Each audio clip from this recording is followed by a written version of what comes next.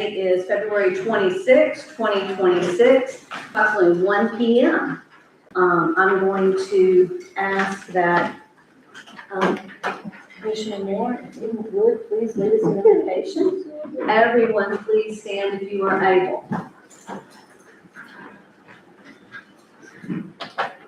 Call our heads. Dear Heavenly Father, we want to thank you for today. We thank you for our rising on this morning. How you took care of us all night long and you kept us safe from all hurt, harm, and danger, seen and unseen. And Father God, we thank you for bringing us together one more time, that we may do your business. We ask that you be with us as we make decisions on the day, be in the midst. We ask that you bless the bereaved families on today, those that are sick and shut in, those that need you in this hour, have mercy upon them, and bless all of us here that are present on today, and even those that are not here, give them strength on today also. And Father God, we'll forever praise you, and we'll forever give you the highest praise. All these blessings we ask in thy Son, Jesus' name. Amen. Amen. I pledge allegiance to the flag of the United States of America and to the republic for which it stands, one nation, under God, indivisible, with liberty and justice for all. Okay, thank you. Ms. Taylor, if you would please do a roll call for us. Commissioner DeVito. Present. Commissioner Flory. Present. Commissioner Moore. Here. Commissioner Burton. Here. Mayor Myers. Present. Eric Martin, City Manager. I'm here. Steve Coughlin, Finance Director. Here. And myself, Pamela Taylor. Thank you. Everyone is present. Thank you, everyone, for coming today. Thank you, commissioners, for being here today. Now, we're going to go ahead and we're going to get started. Mr. Martin, if you would go ahead and start us off. Yes, ma'am. Thank you. And thank you for coming today for the special meeting. If I may ask the chair, can we move the update the permit for soda for Mitch Atwell to the top above the grant process rules? We can, commissioners. Is everyone okay with that, commissioners? Yeah. Everyone? Okay. Yes, Thank you very much, absolutely. ma'am. So we're going to go ahead and move that up. Yes, ma'am. Thank you very much. So I have a briefing sheet in here for you all for Mr. Atwell. And I'm going to get to that real quick. I apologize. Okay, Mr. Atwell, do you want to come forward just to?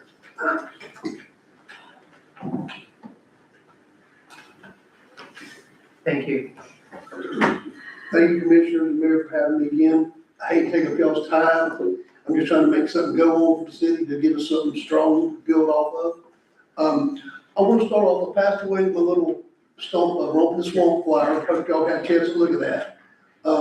That's a lot of history that was here 22 years ago. So it's not like what I'm asking is new. I'd like to show y'all a video that we just put out on the internet, and we've got about 60,000 views already. Where's my play at?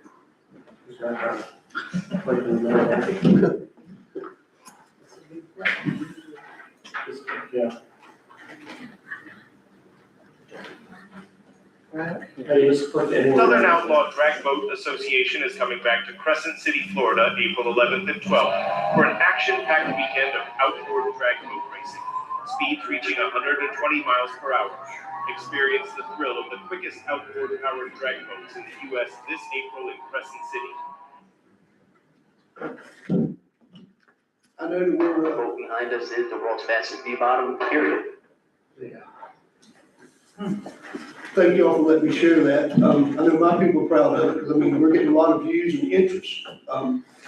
If you look at our packet that we made up, it shows that we have interest from Canada, Wisconsin, Texas, everywhere. We really wanted to come race, get out of the cold. I don't think I laid it out as best as we could, and I would just appreciate the consideration that we could, put this on and have the contingency so we can have the outcome that we intend on.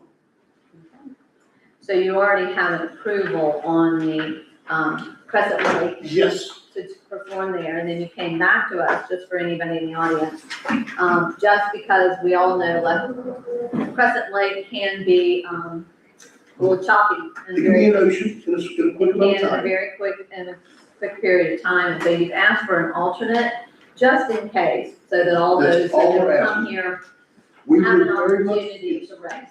we would very much prefer to stay on Crescent. We have all intentions of leaving all of our main setup in the Sunrise Park.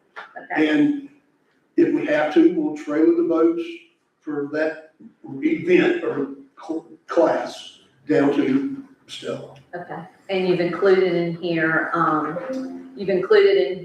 what you feel as inclement weather. Yes.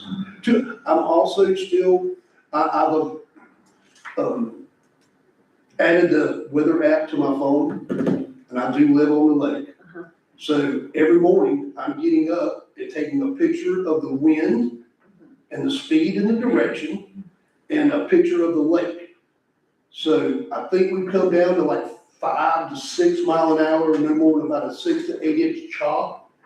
And with the way the weather is working on my phone and the picture, it's somewhere in that range. And you'll make this determination by noon on Friday, correct? That would be good. We would let y'all know probably Thursday afternoon or Friday morning, and then we could have a decision, we could get it, because like we talked about having to relocate some things, we would need some time. My understanding is also you're going to continue, even if you do race on Stella, that you're going to continue to use the compound Yes, at ma'am. Margaret Hill. Yes, ma'am. Okay, that's Sunrise Park. Okay, I asked Mr. Martin to call FWC, to check with them. Do you want to share with us what FWC said? Yes, ma'am. So the city has formally requested FWC to put vote in the water at the race. I'm still waiting for them to get back with me, but they obliged and said that they would be getting back to us by the end of this week to let us know on their schedule. And that's a common courtesy that they typically do. correct? Yes, correct. And they'll do it for monitoring purposes. Right. Yeah. Can I ask a question? What's the purpose of having FWC and boats on the water? What are they monitoring?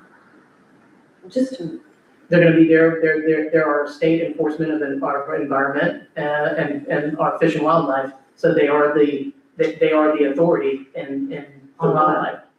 on wildlife. On wildlife. And water. And the waterways. But we have our own regulations for our waterways. They're state, No. Okay, Yeah. I know what they are, but that's wrong, okay. Yeah. No, they don't, actually. Okay. Okay, so I'm gonna open it up. Commissioners, do you have any questions of? Yes, go ahead. Yeah. Okay, so Mitch,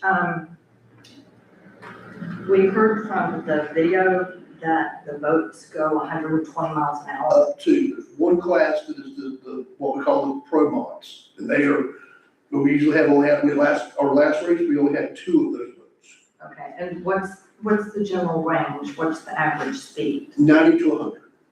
Okay. All right, and what is the decibel level that the boats produce? It's pretty much the same as any bass boat that's on that lake out yonder. We run their 2-stroke outboard Mercury motors. There's no stacked exhaust or nothing like that. All it's exhaust through the foot. And it's, like I said, we've been testing out there for over a month. And there's been no complaints or no issues. On On Stella? On Stella? On Stella, we laid a track out. We know exactly where we would run and how we would do it.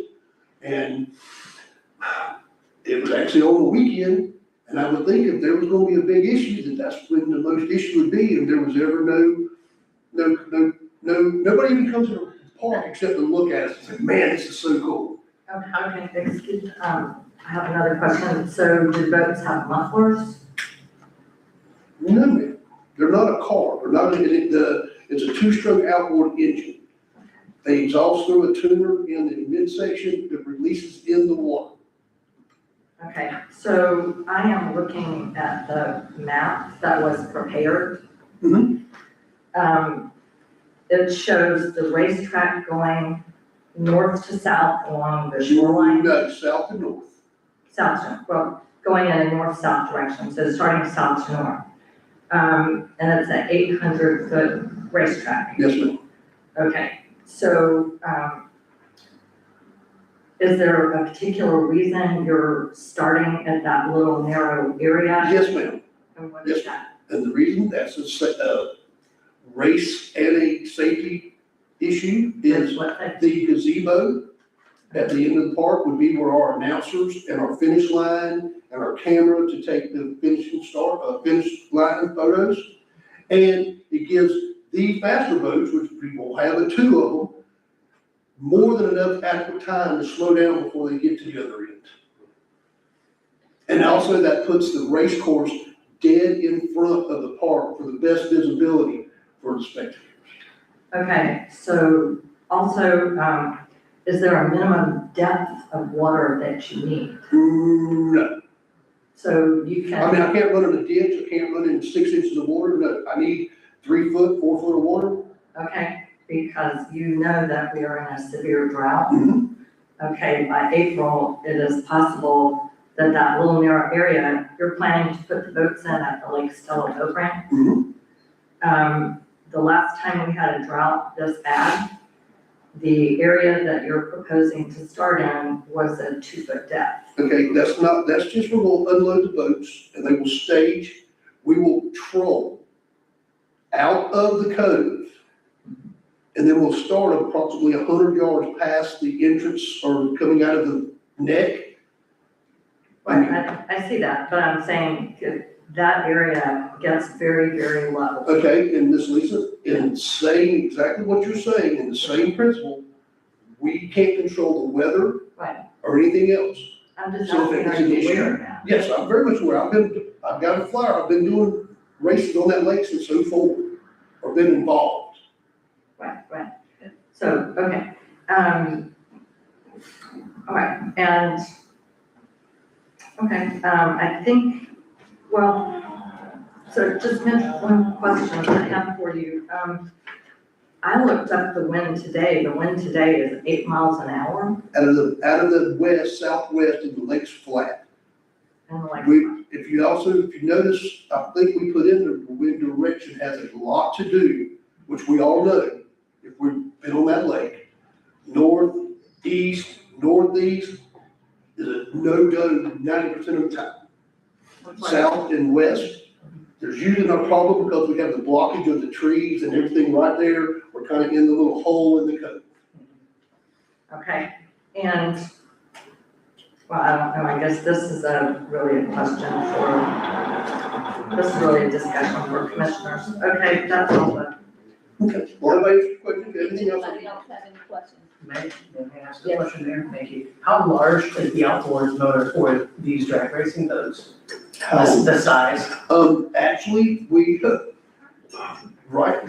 last year it was pretty much all 2-stroke engines and 2 motors, 250s. 250s. Now that we have opened this new class and we're allowing 4-stroke engines in, there's gonna be a couple of them that's got 300 horsepower, but yet they're not 100-mile-an-hour boats. They're just great big 4-stroke motors.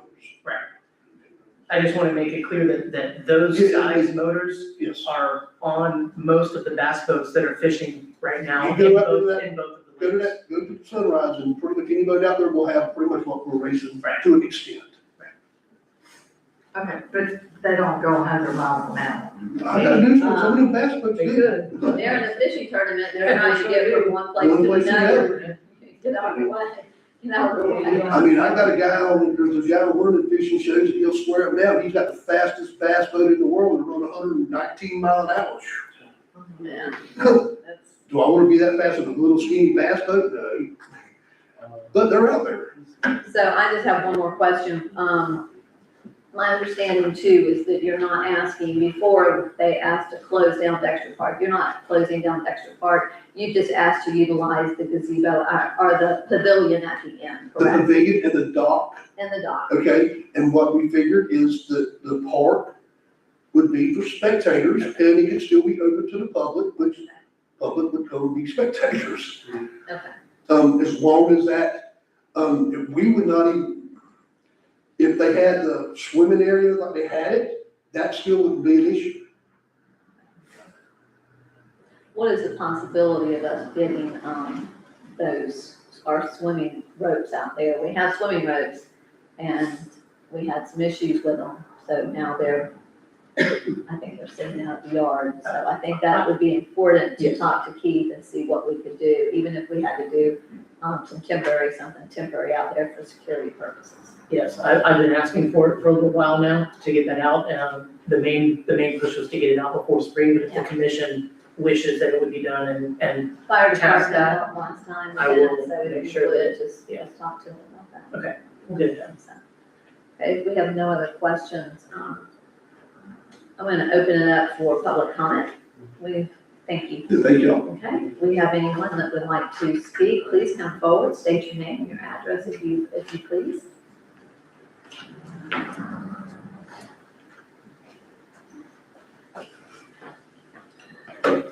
Hi, I'm Pat Madden, 202 Oleander Avenue. I was late getting here, I apologize. I am speaking concerning the, part of the boat race that is asking for permission to use Lake Stella in the event Lake Crescent is too windy or bumpy or whatever. I just want to say, a friend and I walk my dogs on the promenade by Lake Stella 4 or 5 times a week. I love the new trees. Thank you so much to the city for planting those trees because it gets pretty hot in the summer. And they'll also enhance the park in every possible way.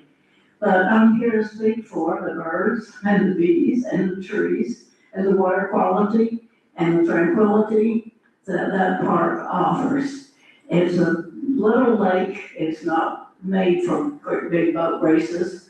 The people who live around it definitely don't want to hear that noise and don't want to see oil in their water more than there already gets to be.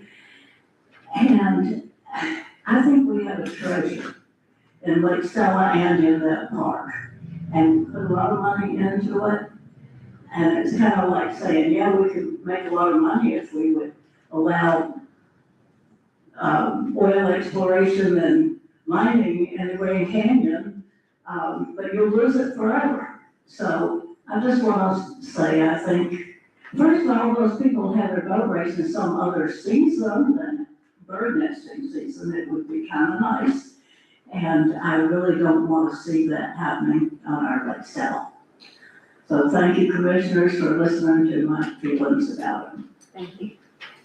If anybody else that would like to come forward, please come forward. Good morning, Commissioners. Kevin Jordan, 34 South Main, here in the city. I think this is a situation where you're going to get exactly what you want. My preference as a property owner on the lake is that the race not be conducted on Lake Stella. I've attended the one at Crescent Lake, enjoyed it for about a half hour or so. I'm a boater myself in the state. As far as that goes, no harm done. My preference for Lake Stella is that it remain a residential lake, a lake for people to recreate on with the freedom to enjoy some of the more serene aspects of it. Canoeing, small boat sailing, as you know, we conducted a couple of small boat regattas there in the past. There is a bird rookery that's very close to their starting line. I understand their desire to want to stage the race in full view of the beach to maximize spectatorship. We don't have scientific data about the impact on the birds and the rookery, to be honest with you. I wish we did. Perhaps one of these days, I or someone like me might initiate a study to establish that kind of foundational data set, but we don't have it. So short of anecdotal data and local complaints about the effect, we don't really have anything concrete to stand on. But my preference again as a property owner is that we keep this as a nice, quiet little neighborhood residential lake and again, a jewel of the city. Keep the boats, especially the land boats on Crescent Lake. I have to point out in all honesty, of course, that we do have an approved seaplane base there on Reynolds Island. But it's not used very often. Sean flies in and out, maybe once every couple of months. There's one person in our area who tests his, what's the big airboat on Lake Stella. It makes as much noise as an airplane and much more noise than the sort of racers, to be honest. That's kind of a pain in the neck. I wish somebody would leave me alone with that character for about 5 minutes, but again, it's not a chronic offense. And this is not a chronic offense. This is a, 1 or 2 day thing. But in approving it as a contingency, I think we need to be prepared for this to actually take place. The chances are pretty good that the weather will exceed their threshold requirement for the contingency. So if you approve it, I think you can expect it. And in the end, I think you're going to get exactly what you want. And that's the choice that you have to make, is which way are you going to push the city's identity, because this does represent a juncture of that nature. Thank you. Thank you. Liz Gomez, 19 Cedar Street. Guys, I am sick because, it's a short story, but the year did not start it well for me. A lot of drama, and then I resigned for a lot of groups. And I retreat to my little house on 19 Cedar Street, thinking about my little city and everything that is going on in my city. On 2/14/26, I received the Holy Ghost, and that was Valentine's Day, and I jumped into the lake, and I don't know what decimals I can be praising the Lord, but the police was called on me because it was 5 a.m. I think that it's been long enough that we prohibit sites in this city to be used by people. I think the whole city should be used for everybody to be able to use. This is not a bad idea. I live right there. They should be able to use it. I think people are more important than birds for a couple of days. The same people coming here is the same people that were at the tree and garden that complains about cutting limbs. And I'm a little tired about that. I think we should be all about taking care of our people first and for all. Fear is the absence of love, and we should just first love our neighbors and let them have fun. And then for 4th of July, why don't we open it to the African American community, to them to have their 4th of July celebrations with the backup of the city. Open it to everybody, enough of closing certain parts of the city for certain people. Thank you. Thank you. I'm so sorry you had that encounter. I'm good. And we do miss you. Thank you. Okay, I'm John Newell, I live on 66 Old Highway 17. I do want to thank the city for creating the park, maintaining the park down there. It is a gem in the city. But many of us in the community are looking for ways in which to bring economic growth to the city. When I was a kid, there were races on Lake Stella.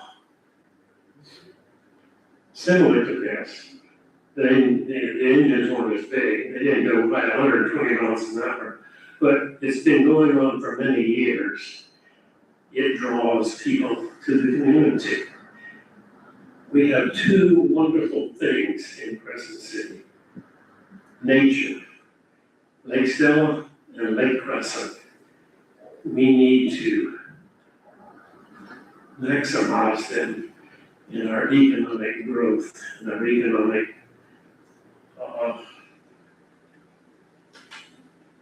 attempts to make the city better. Environmentally, it will have a small impact, but not much, as I see it. I think this is a good thing, and it will bring people to the city. And I would ask you to vote for it. Ma'am, before we close public comment, I would like to speak as a resident. Okay. Can you go to the podium? I need you to go to the podium. Yes, please. And in the meantime, I am going to say that I just was in a branding workshop with the county, and they did a poll, and it was like, what attracts people to Putnam County?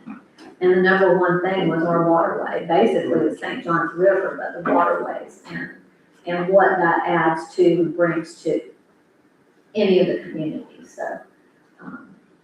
We have to just be mindful of that as we're trying to bring people into the community. So go ahead, Commissioner DeVito. Sure, thank you so much.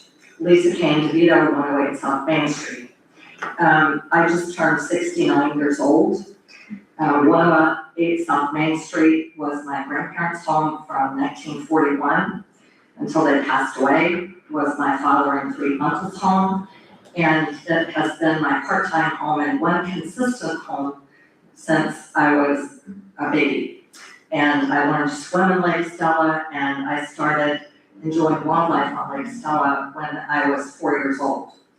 When I was a young girl, there was a rookery on Bird Island that was equivalent to the one at the alligator farm in St. Augustine. And it was written up in the Jacksonville Times-Union. And people from the University of Florida and groups came here to see it. It was very well known at the time, and in the past, Audubon designated that as a bird sanctuary. I can't find the records of what happened to it. But my uncle and another young man from this area, they both passed away, they went out and put in posts to designate it as a bird sanctuary.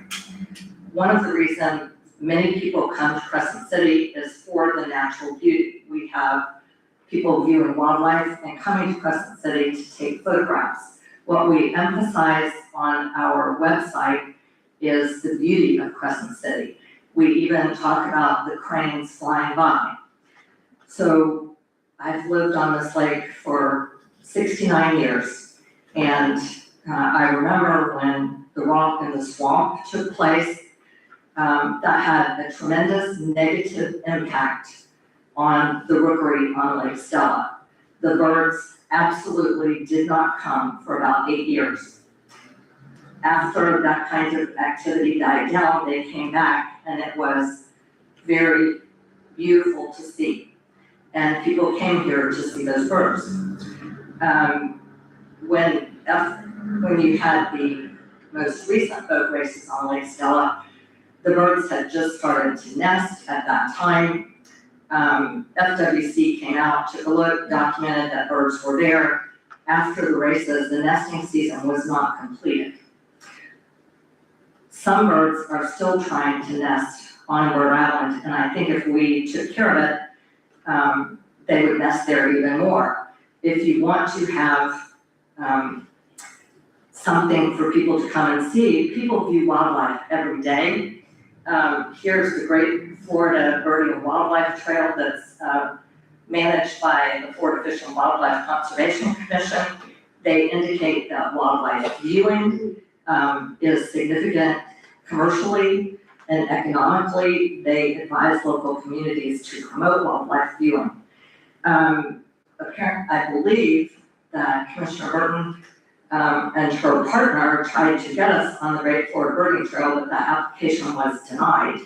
And there is a lovely brochure that I believe Commissioner Burton and her partner did and was funded by the TDC that gives people information on birding in Crescent City. Birding and wildlife viewing are definitely economically beneficial, according to our Department of Commerce in Florida and FWC. I can tell you from being on that lake every day, Mr. Newbold lives out of town and has his own nature area on Crescent Lake. I'm there day in, day out, year in, year out, and yes, there's a negative impact from the airboats, and there is a negative impact when you have very loud boat races, not just a few fishing boats at one time. As well, we need to be cognizant that there is an eagle's nest at the south end of the lake. April is eagle nesting season. The lake is where the young eagles fish when they are young. So I see a lot of negatives in this. I see a lot of positives that we can get from promoting wildlife viewing. And as a commissioner, I will have a little more to say about what the rules and regulations are that pertain to that area of Lake Stella and the water. Thank you very much for listening. Not anybody else that would like to speak again to John's point. No, I'm sorry, no, and this isn't to rebut, anybody, everyone should come, when they come to these meetings, they should feel like they can speak, and there should be, no attacks or no negativity towards anything that they say. Everyone, should have that opportunity, so, anyway, do we have any further, discussion? Commissioners? Well, I'll entertain a motion. Mayor, I just wanted to point out, we received a letter from a local resident, I believe Tricia Bratton. She said she was not able to be here because of her bad health. She was not in favor of the boat races being on Lake Stella. And as well, I believe we received a letter, I did, it was copied to everyone from St. John's Regional Audubon. Okay, so we'll make sure those are noted to the. Okay, well, did everyone get a chance to take a look at their letter? Yes, ma'am. I just want to make a couple of comments. I've lived on Lake Stella for 46 or more years. I was born here in Crescent City, on Division Street, and you can almost put my age together, but anyway, I've been here all my life, okay? All my life I've been here. And yes, there have been issues with the boats and stuff like that, but it's always been worked out. And as far as I'm concerned, I feel like if that airplane that comes in front of my house can come down and go up with that loud noise, I mean, it's awful sometimes. I don't have an issue with the boat race for a couple of days, but I live directly there, almost in the front, almost. And I hear and I see everything. And I've been here when they had everything that comes on that street, even the first Catfish Festival we had. My son was 5 years old. He won the first race, the tallest race, he was 5 years old. And I remember that. I remember when it was booming. I remember when it went down. I remember all the situations. In my house, in front of my house, I was not able to back out the yard for a long time. But everything came together and it worked out. And the Catfish Festival was gone, it was dead for a long time, you know. But I see it's time to revive and come back. I don't think a day or two would hurt too much. I'm familiar with the Birds Island. I remember my mom used to work for the Showers. I don't know if some of you here don't know the Davy Showers wife. And I remember her son, he was much older, but his name was, I think it was James. James B. Shower also, the son was a junior. I remember him and his daughter staying with us a couple of times. They spent the night. And I remember when he died, he wanted to be cremated, and he wanted his ashes to go over on the Bird Island over there, and I think that's where they are. But, you know, I'm saying this to say that, you know, we want our city to grow. And sometimes we have to, you know, allow certain things, and sometimes we, you know, if it's not gonna hurt it too bad. I really don't think it's gonna be that bad, because I see the birds all the time. At least I've been seeing a lot of black birds. I don't know what kind they are. I really need to do my research anyway. But they're here all the time. They're here in the wintertime, they're here in the summer, they're just back and forth. But I just want to make that comment. I live right there where you can see it, right there in the midst of everything. So I hear it. When it's loud, I hear it. There was a time when I said, I'll stay here for a while and we'll take a little trip somewhere, so I wouldn't have to hear it. But I never complain. That's something that's not within me. That's not in my DNA to complain. But sometimes you do have to say something when it's bad, but I really don't think it'll make a big difference if we did it a day or two. I really don't. And besides, we might not even come on this side. We'll pray. I do my special prayers, and the Lord just let me stay over there on Lake Crescent and not have to come over on our side in front of Lake Stella. And I just want to, you know, I often say a lot of things, but anyway, I felt that I need to say this because It's important. I'm right there. I am right there. That's where I live. And I lived here, like I say, all of my life. I went away to school a couple of times, but that's it. I've been here. And my dad's family been here for a long time, so, you know. I lived on the other side when I wasn't even allowed to swim on this side, so I know the history. But anyway, I just wanted to say that. Thank you. Yes, sir. I move that we approve the application and the basis, It's an addendum to the application, to approve the contingency site of Lake Stella for the, April 11th and 12th, soda, sunshine shootout, or whatever it's called, sorry. Do I have a second? We have a proper motion and a second. Commissioners, do we have any further discussion? I just wanna say this is a contingency plan, and that's the important word here. I mean, things really gotta be pretty windy and whatever to take them off of Lake Stella. But I'm with everybody else, I kinda live with the bird watcher and that rookery. We keep a pretty close eye on that, and there's a lot of stuff going on Lake Stella that you don't know. But there's also, this is a very, very noisy city all the time. Okay, every day. You know, every morning, you know, around 6:30, there's that motorcycle. Okay, yeah, you know, I mean, it just is what it is. And airplanes, I've heard that plane come down.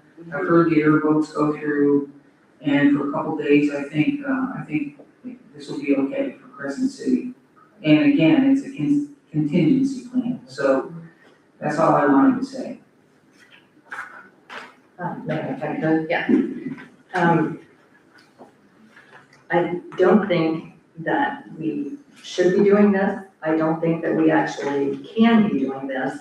And this is really staff work, but this is the facts and the law. The area that they're proposing to use for the raceboat parking and for the racetrack is designated in our comprehensive plan as conservation area. It's supposed to be for activities that conserve and promote wildlife and the natural state. And I think it is common sense that 30 to 50 very large outboard motors running up and down all day are not going to promote wildlife. That is in our comp plan and our zoning. So we are, by allowing this, even as a contingency plan, because we are saying they can do it, it is not consistent with the comp plan and the zoning, which we expect everyone else to comply with. As well, our ordinances prohibit any boat operating in waterways in the city in excess of a speed of 5 miles an hour. That's in our ordinance 36-20.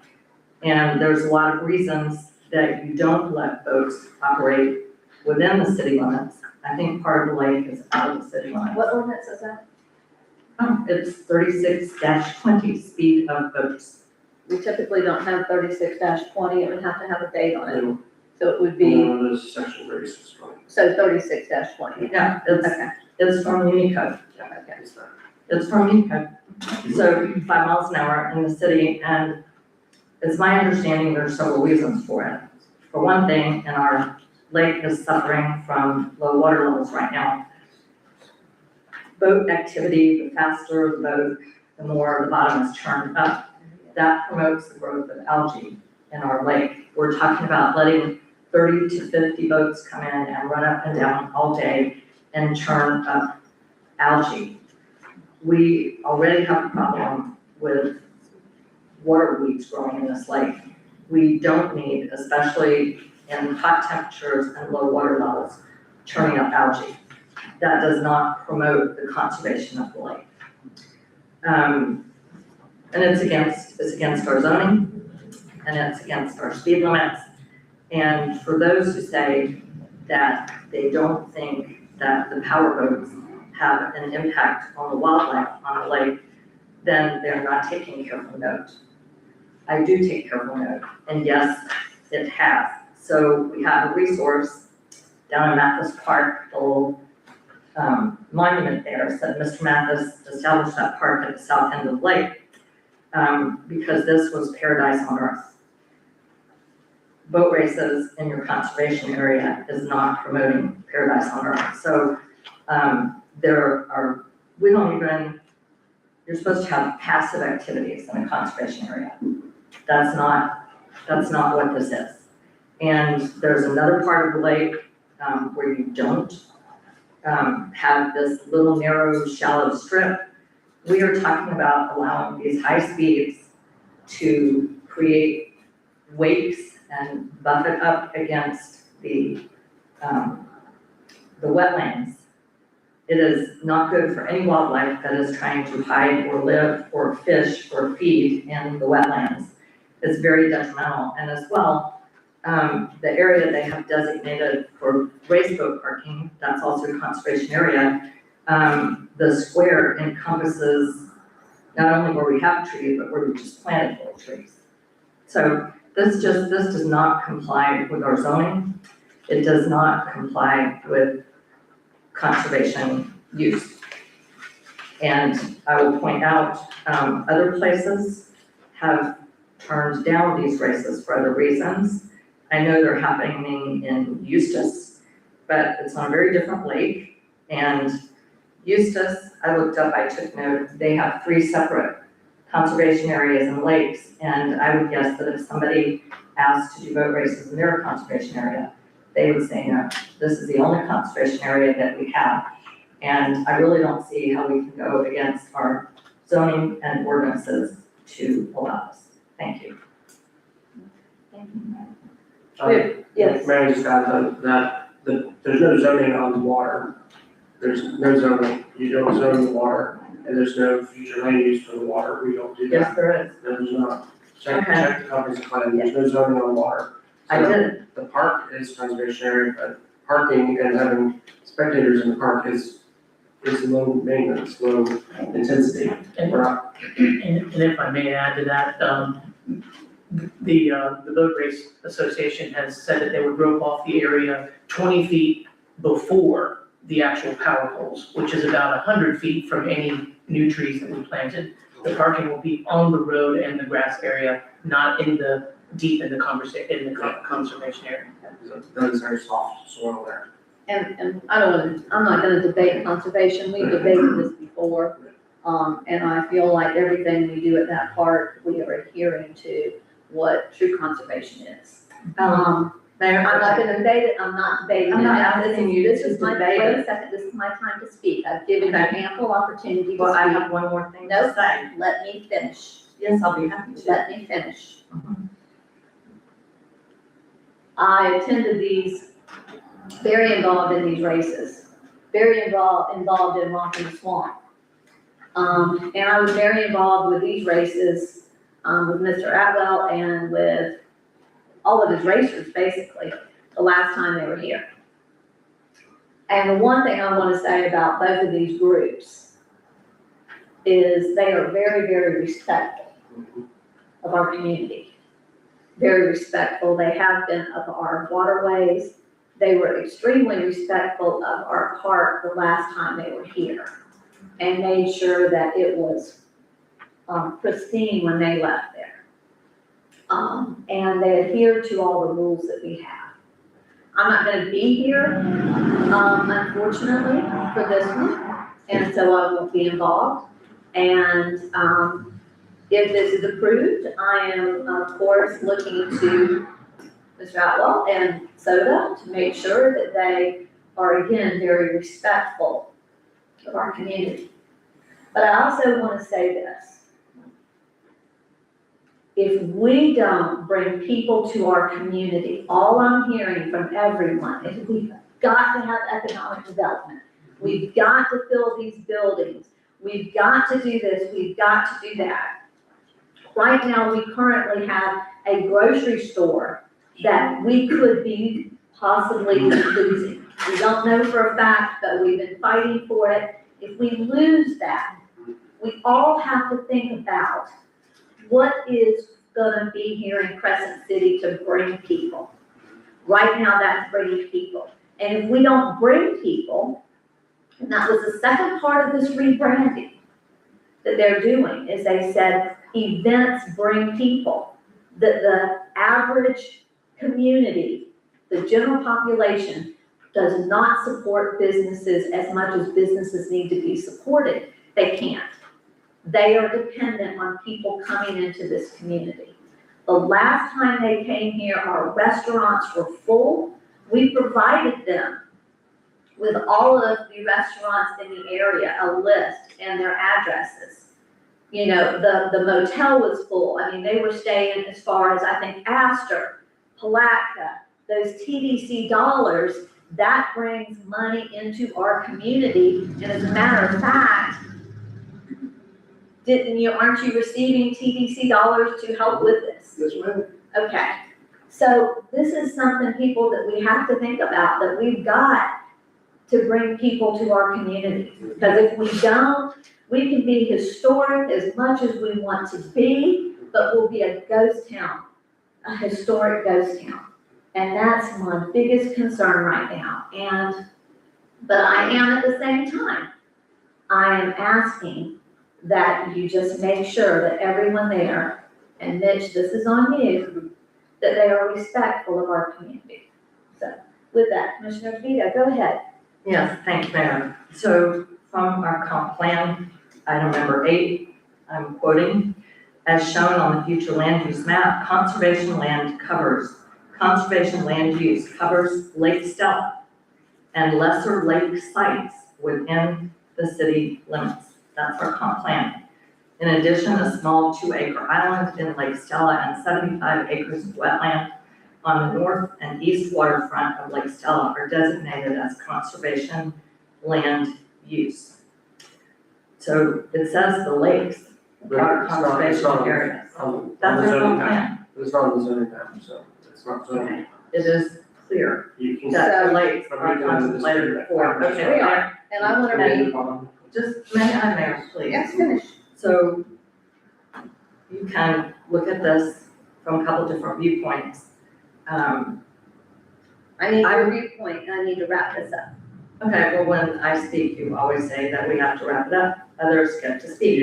Commissioner DeVito, you have spoken more than anybody else. Now I'm asking you to finish up your argument, Okay, and so we can go forward. you talk about this being a ghost town and we need visitors to survive. We also need residents to survive. Romp in the Swamp 22 years ago, or whenever it was extremely controversial. It was divisive. Some people left. It was so divisive that the city commission then passed a resolution not to allow future boat races of that nature. After the last boat race, some people who lived on the lake moved out, and that was one of the reasons. I think economic development is a discussion that we need to have, but Crescent City has been having festivals and boat races for many years now, and they have not done the trick. And as well, promoting our conservation spaces and being a beautiful place to live is a place that other areas have used very successfully. If you want to go for a one-time only thing, that's fine. But Romp in the Swamp 22 years ago was not a happy event. It was environmentally destructive, and it was very divisive, and it resulted in a big backlash. Okay, thank you. Can I just point out, Romp in the Swamp was a very different race than what they're talking about now. This is a drag race, it's 800 feet. Romp in the Swamp was around and around and around and around, multiple boats. I know, I was part of Romp in the Swamp, and I say that I know from my history with Romp in the Swamp and with Mitch that these racers are good people. They come to our community, they spend money on gas and groceries. They are doing things that are bringing money into the area, and they're some of the nicest people in the world. They're usually families. It's not just somebody getting drunk or something like that. These are very nice people, good people that we should have coming in the community. We should be happy that they're willing to come here. So I think that we just need to go ahead and vote. Okay, I do want to, no, I'm done. No, I have something else to say. Commissioner DeVito, Always. I'm sorry, but we need to bring this Right, down. this is a lack of courtesy, we need to debate I've it given as long as you it needs to ample debate. courtesy. There's something in error that has been said, and that is, in this addendum, the Soda Boat Racers said that they would bring us money because people would be staying here. I distinctly remember that Mitch said when he applied for the permit, and he asked us to waive the permit fees, he said we needed to waive the permit fees because their participants could not stay here. They would be staying north of here in Palatka and would have to drive back and forth every day. Okay, That's very inconsistent. Fill all the rooms. so, Mr. Martin, Yes, just please make sure that, that with this, when you write out that addendum for him, you have in here that it's the pavilion at Lake Stella Park, that's at Dexter Beach. I'll update that. Okay, Yes, you'll ma'am. just make sure. Yes, ma'am. Okay, with that, commissioners, we have a proper motion and a second. Ms. Taylor, I'm gonna ask you to take a vote, roll call for us, please. Commissioner Burton, Aye. Commissioner Moore, Aye. Commissioner Lawrence, Aye. Commissioner DeVito, Nay. Chair Myers. Aye, thank you, so approved. Thank you. Please make sure you get this so that it doesn't get lost. I Yes, know, I don't wanna lose, I found several of these upstairs just Yeah. recently, yeah. that hurts. I So, thought I had a you. Thank y'all so much. thank you. This is just one more thing I'm gonna start with Mr. Vito. We have, the fish camp completely sold out and they're starting to take the RV sites. So we have any motels or any, Mayor, isn't this out of order? Thank you for sharing that with us. yes, ma'am, thank y'all. Okay, let's go back to our business items. We're gonna start to talk about the grant process rules. Yes, You're thank you. All right, thank you very much. You have your briefing sheet. The purpose is to provide financial assistance, of course. I don't want to go through the whole process. You know what the CRA redevelopment grant program is and what it supports. Basically, you have in front of you a printed copy of the grant process. There's a couple that were floating around. The one on the city's website, the one that I originally provided you all. But there's a red line marker on the updated, which takes into consideration a process that was utilized back in 2023. It looks like it's more of a budget process than it is a, project implementation process. But I think we should still utilize it. The dates were in 2023, and it was part of the budget and working on the budget to have projects ready for that next FY. But there is some language missing when I was reviewing it. That language has been added to the document that you have in front of you in red.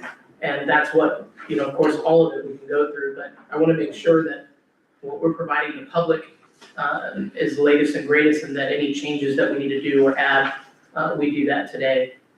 One portion that I saw under grant categories, it talked about the redevelopment grant program, and it was merely more towards commercial properties and not the housing rehabilitation. So I added portions in there for housing with thresholds and minimums. Those are up for discussion. And there was some other criteria that was changed or added. And some of that had to do with whether or not people could do the work themselves and get reimbursed. And whether or not we could put in a clause, which I talked to Don Holmes, we can put in a contract. I put in, and I apologize, a lien as something that had teeth to hold people accountable if they were to sell the property after getting a grant from us. We don't have to do a lien, we can take that out. It can simply be language that is put into a contract, even the one that we've already created. And That's the language I asked you to find out from Mr. Holmes if there was another opportunity. yes, and absolutely there is. And it would just need to be recorded once that is executed, so it has teeth. Okay. Commissioners, you've got this in front of you. Do we have, I have quite a few. Do y'all have any? question, first of all. Yeah, go ahead. Do we need minimums? That was my question too. I don't know why we had I mean, if someone wants to do something that's $250 and we want to match that, why Before, not? right, there are minimums before, even on the other, Is there? Okay. document, yes, so I put minimums for the housing, went around and looked at other CRAs. Steve and I actually talked to the FRA, he was a FRA board member, he's now one of the executive directors for CRA in Winter Garden. And he gave us a lot of examples, there are thresholds, in other cities that they utilize. That's in other cities, but we didn't have a threshold on ours, and so you saying we had that in here, I don't see where we had that in here, that was, I believe, from other cities.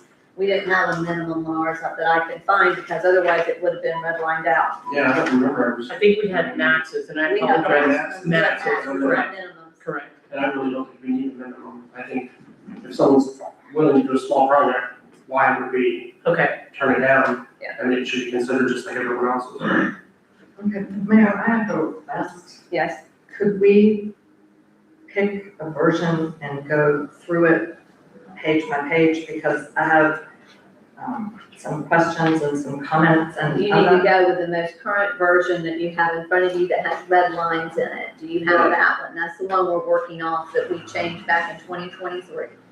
Right, and it concerns me that, I don't know how this happened.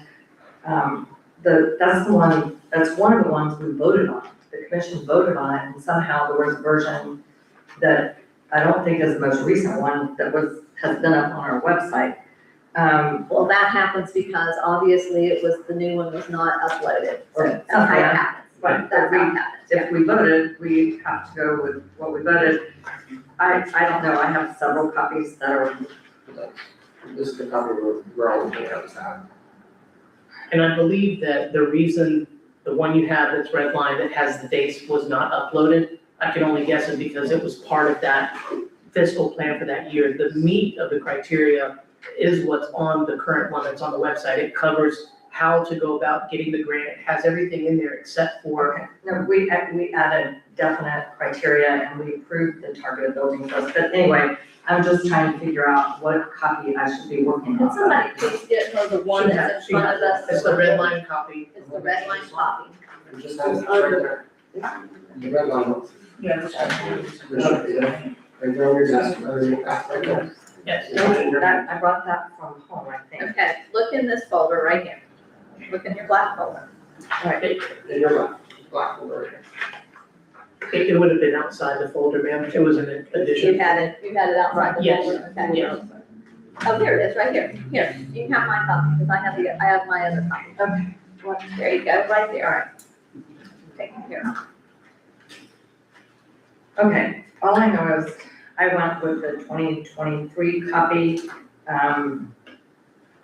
Well, I'll try to follow along. That's the 2023 copy. Right, And what he's saying is that he's made some suggested changes I from know, red lines. I went through them on the computer today and I made notes on, Okay, did you bring that with you so you have it in front of you? yes. I think I can go, so as far as bullets, we should have 1, 2, 3, 4, 5, 6, 7 bullets. And the added language is to ensure the equitable and fair distribution of CRA grant funds. Yes. Right, I don't have a problem with that. There's some, up in the first 2 bullets, there's some tinkering around with the wording. I guess, are we all okay with that? Okay, I'm just trying to figure out if I know where we are. No, I'm not, but I need you to go through yours. Okay, you want me to go through mine? All right, I see under grant categories, I understand kind of why he went in that direction. It says Housing Rehabilitation Grant Program. It's designed to support the improvement, et cetera, and then a lot of questions then under that in red line, there's grant categories, structural and safety upgrades. Do all those relate to the housing rehabilitation grant program? Yes, it would. Okay, So my suggestion is, because this is the problem I think we're running into, previously, we have not divided this into commercial and housing, and that's the language here. We also have churches and nonprofits. So if we make two separate categories, which I'm not really sure we should do, then where do nonprofits and churches fall? Because some of our CRA buildings are historic churches. And as well, I think the Women's Club is applying for a grant, they're nonprofit. We could say that commercial includes churches and nonprofits. I think that's the way we have so far have looked at it, because typically they're gonna be in a commercial building. Right, but I'm just saying, I think we should clarify that, and then, Okay, so what language do you want put in here so that we can do that? What language would you like to see? well, just What's to your make it recommendation? clear, I don't really care where we put it, but, maybe at the end of the first paragraph, that, commercial includes, everything that's non-residential, including churches and nonprofits. Okay, done. And put that under grant categories where the paragraph is. My other suggestion would be, Before you go forward with that, is Okay. everyone in agreement with that, adding that language? The commercial would include churches and nonprofits. and You're not, okay, then we'll have discussion on that. Okay, hold that thought, Mr. Martin, if you'd hold that thought for us. Yes, ma'am. Continue, please. okay, so the housing rehabilitation program, that might work better, to me as an addendum instead of a whole separate category. It just might work better as an addendum, call it special rules for housing. Because there's other places where things pertain, where things pertain to everything, not just housing. I think that might be a better way to handle it. And the thinking behind it was we have two revenue streams. We have two grant funds, right, in our CRA. One's housing, one's the other. So we need to specify what we're doing in each one of those and some rules. That's all this was laying out for. That was it. So you're breaking them down, so the grant categories, so what you need to do is grant categories would be commercial properties, and then what we need for, what we're looking for and what we can do with commercial properties. And then the residential, just like we have in this, and then Commissioner Burton has some concerns about, is there some language how you want to see Well, those? I don't really know if there's language, but I do know with churches or with 501Cs, a lot of times you're talking, especially with churches, you're talking historical type buildings. There are tons of grants out there for historical buildings. There are a ton of grants out there for 501Cs. I just think that, we have a very limited amount of dollars in our CRA. And, I'm not, if that's where you'd like to spend money, I guess I'm not saying don't do it. But I'm just saying that, I would prefer to give it to the buildings and homes. I just think that there's other avenues for historic churches and 501. Yes. That's all. It is part of our CRA plan that the historic buildings, including the two traditionally black historic churches, are targeted buildings. It's been in our CRA plan, and even in the most recent update to it. So, I think that we really should leave that in there. So this one of the stated purposes of our CRA is to help preserve those buildings and all historic buildings. But that's okay. And I think as we go forward too, that's something that as we are, as they're being graded too, is, have they also applied for other grants? Yeah. And what's happening, and is this because they're not able to get those grants? I understand where you're coming Yeah, from, I I'm understand just where you're sorry. coming from. That's And what I mean, that's something, yeah. Where a resident, oftentimes they don't have that opportunity, and our general commercial doesn't have that opportunity Right. either, except for if it's a historic building, sometimes they can, if they fall within certain categories, but we also know what's happening with all those historic grants too. So, Okay, okay, Commissioner DeVito? yes, so I think we added back in, or the city manager added back in the targeted building list.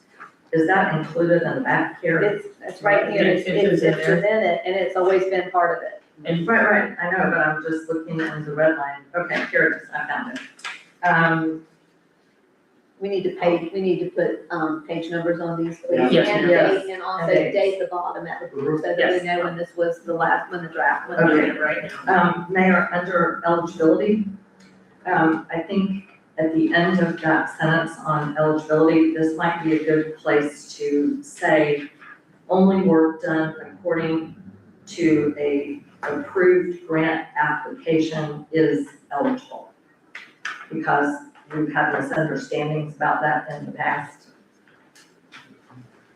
Only work done. in accordance with an approved grant application is eligible. What page, I'm sorry, what page, Under- page numbers, where are we at? We're under It says eligibility, that's gonna eligibility. be on your third page. Okay. And there's a little one sentence under there, and I would say only work done according to an approved grant application is eligible. And I guess this is my question, the way it's broken out, I guess, into the housing program, all these grant criteria and eligibility criteria will apply? Is that gonna be clear? It was clear to me when I read it, but of course, I'm looking at it from a different perspective than those people, because we've been working on this and dealing with this, so those people that are not familiar with this, we do want to make sure that it's, and also for our protection, that it's as transparent as it can possibly be. Right, and Mayor, the reason I asked that is because under grant criteria, there's some discussion of the dollar amounts. And then there's dollar amounts in, the housing part. And maybe one thing we could do to clarify it is to put a little asterisk by the Housing Rehabilitation Grant Program and say that all program rules apply to housing except, where in clear conflict. I mean, I have a feeling there might be some inconsistencies there. So under eligibility, I had one, and then as well, the grant timeline. I think the city manager is right, this timeline was looking at, I think, spending the next year's dollars. I don't know. I think we could shorten this timeline up a little bit because we are trying to spend our current fiscal year's dollars, right?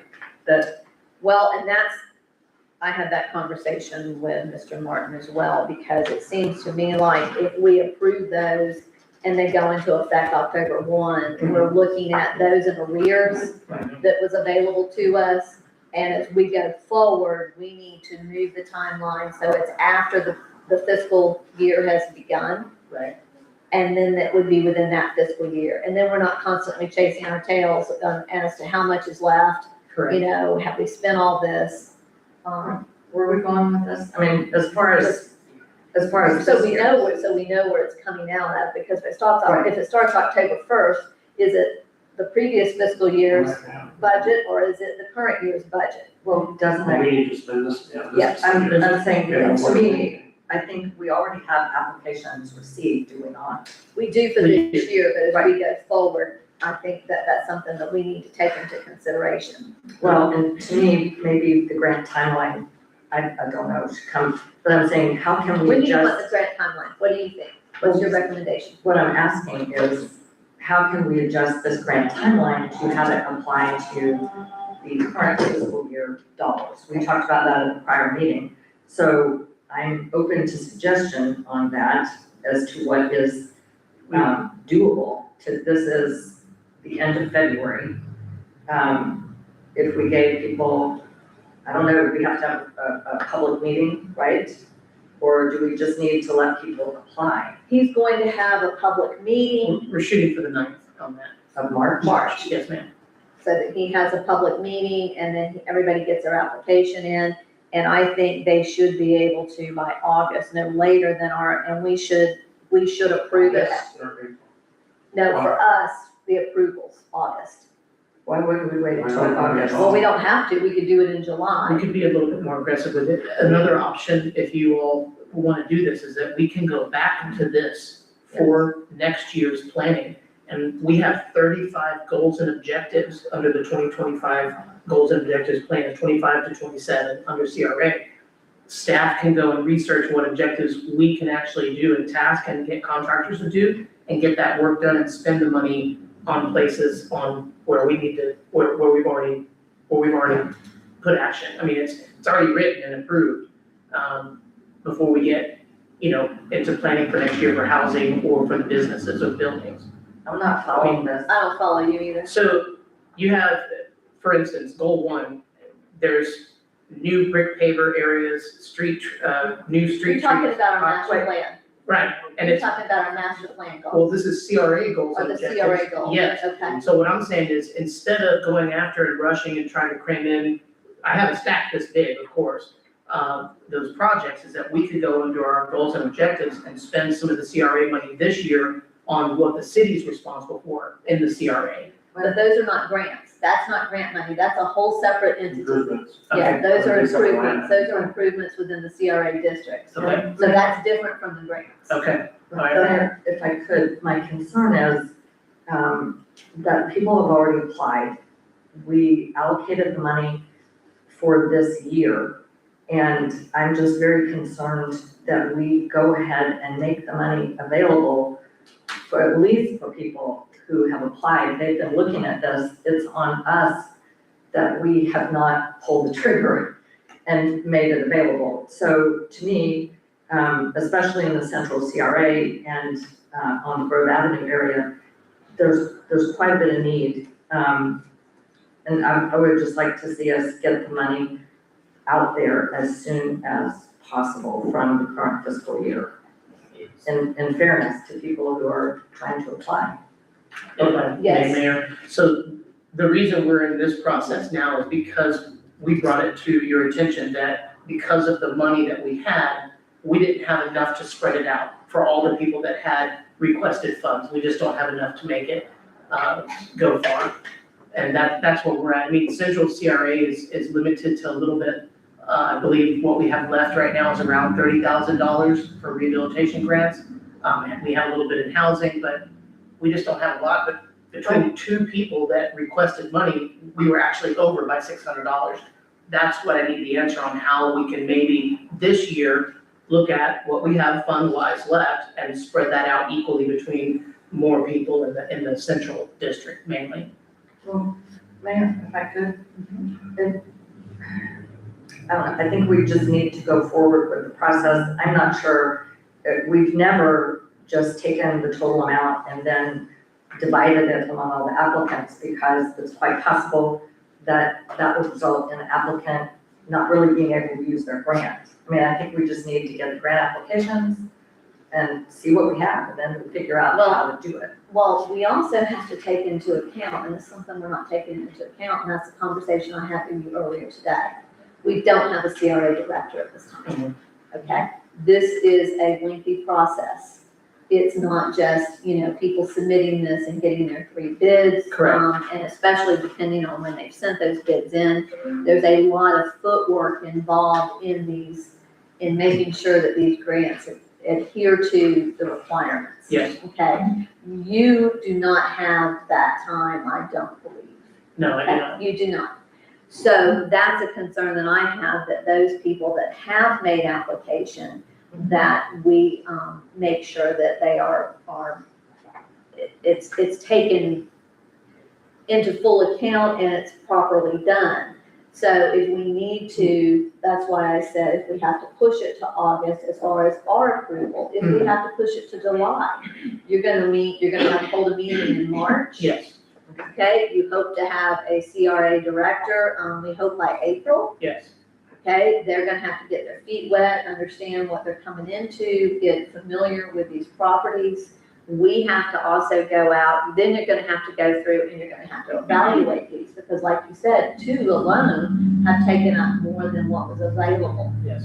So you're gonna have to do that, and I guess we're gonna have to rely on you that the biggest thing is the deadline for them to get their grant application in. Correct. Okay, because we deal with this with the state. Right. Okay, we have a deadline. If you're past that deadline, then that application is not considered. Now, we've got some that are still, I think, sitting out there that we're still waiting for approvals on, that are possibly sitting there. And so that's on us. That's on us. But I think in fairness, everybody has ample time. So if you feel that June 1st is ample time after you have your March meeting, then we need to stick to it. Yeah. And that's when everybody has to have an application in. Okay. And then from that point, then you're gonna have to go through with your CRA director and with your finance director, and y'all are gonna have to evaluate these and see what can be funded, what's a targeted building, what's not a targeted building. There's a grading on those that you're gonna need to do.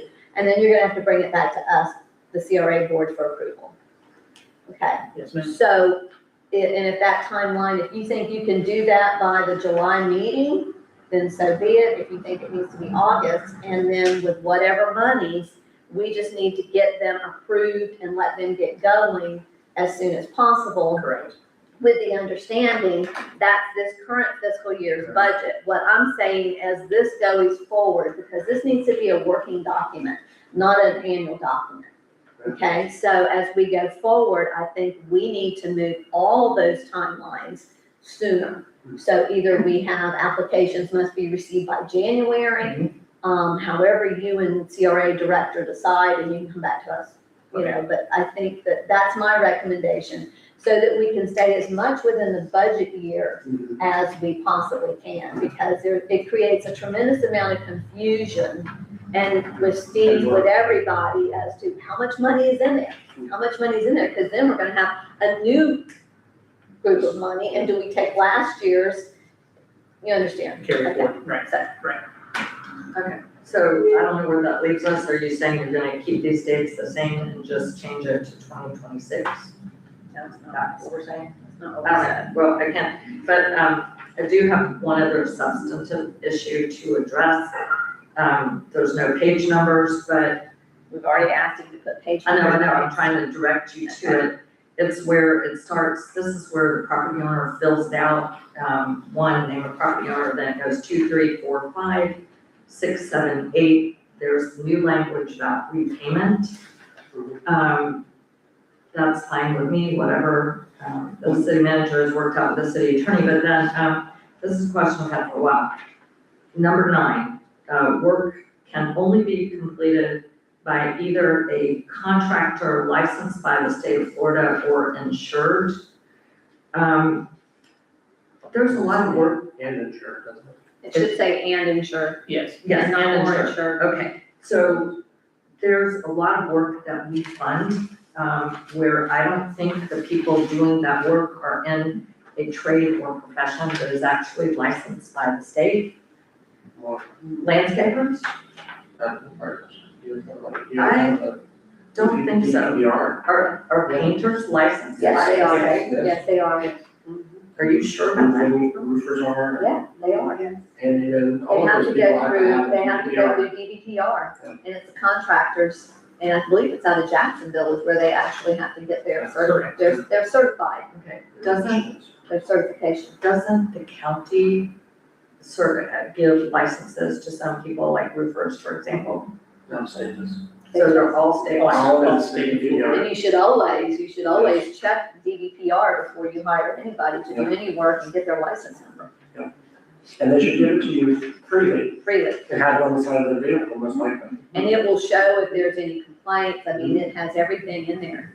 And whether they're current or not. Well, when we've looked at these grant applications, I don't remember seeing, the state licensure information for the Christine painters. They always have the license from there, from the contractors. I don't remember seeing it quite frequently. In fact, I remember looking them up on GDPR. Okay, for our grant Yeah, application. with the license number, because they have on their stuff. And then, Christina's made sure of that, I mean, she's checked that, that was a requirement.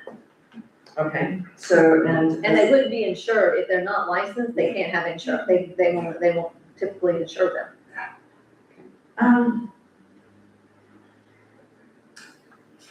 Well, for example, arborists are not licensed by the state, but they get But we're not insurance. talking about arborists, that's a No, whole I know, different, I'm that's just a whole saying. different category. However, the other thing, is, I don't see here where do we require them to have a business tax license? Mhm. We do. So, Don't know that it's on here. I don't think it's on here. I didn't add that. Because, and the reason being is because a lot of them are not necessarily within the city limits. So their business will be outside the city limits, and if they're outside the city limits, they might not have a business tax. Or if they're in the county and it's not required, it just depends. Some of them's from Orlando, and he came up and did work for us. Right. And I don't believe that we require them to have to, it's only those that are actually positioned within the city, correct? Or wait a minute, because we've paid, Huh?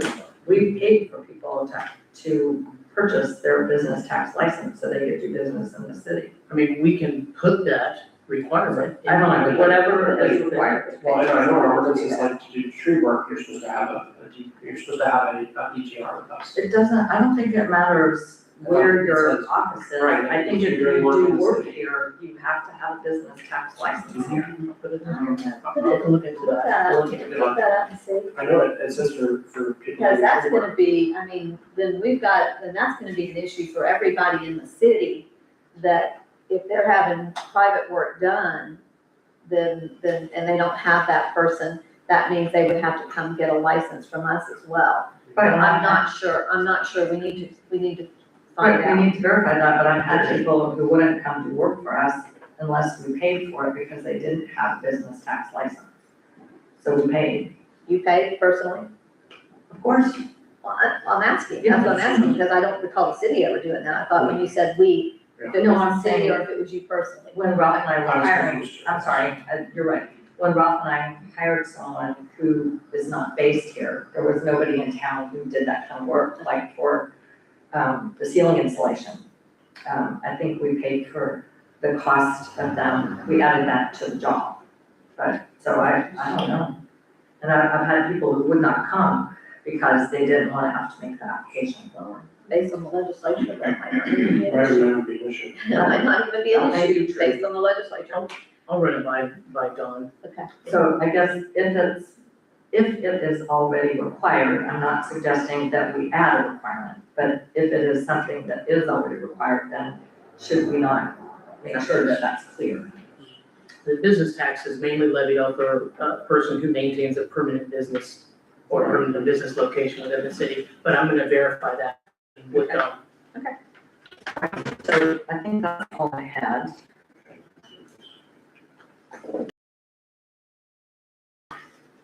I'm good, I didn't get a copy, so I'm looking at Dave's copy. I emailed you. Just now?